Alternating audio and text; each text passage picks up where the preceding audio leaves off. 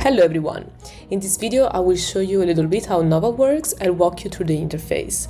So first of all we have to log in or create an account. In this case I will log in with Google. And once I am in my account I can see that first of all I can see my projects. If I don't have any I will have an empty board and I can click on the create button and create my first project. You can click on your name and you can access the account settings or log out. You have access to some resources, and from here you can navigate through your workspace and you can create also a new one. You can give them a name, select a color that you like, and create your workspace. Once you are in your workspace, you can add members by clicking on this button and enter their email address and select their role. Or you can start creating projects. Once you create a new project, you can see this empty board and customize it with your own preferences. For example, you can show the grid or pick another color. Let's add our first screen. Let's click on the screen button and you can select one of the templates or start from an empty screen. We give it a name.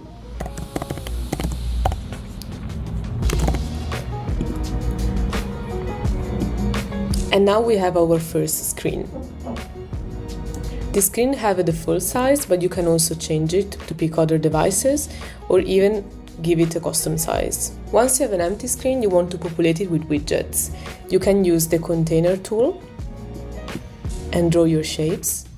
You can use the text tool and write something.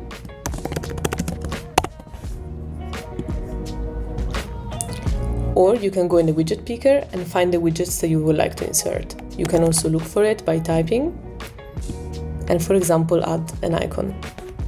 If I select a widget, from the right I can see its details and modify them. For example, I can modify the color. For the text, I can modify the size.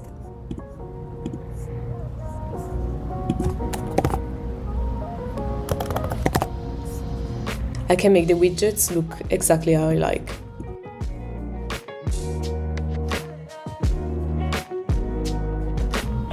On the left, I can see the outline where I can see all my widgets and I can also reorder them. To organize my design project even more, I can also create a new board. And here I can also start designing. For example, add another screen. Components and screens, they can live in two different boards. For example, if I go in the widget picker, I can look for the screen that I just created in another board and also put it here. So if I modify it here, for example, I had another container, it will also appear in the other board. Now I want to add some logic. For example, I want to navigate from this screen to this one. I will show you really quickly how to do it. First of all, I will add a button widget.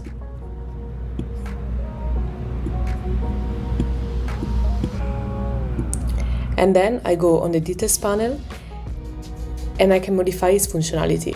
Every time that I see this purple icon, there is something related to circuit, which is the place where we create the logic. If I click on it, I will open circuit. I can modify it from here, or I can click on the expand button and have an entire page for it. Now I will look for a navigate function.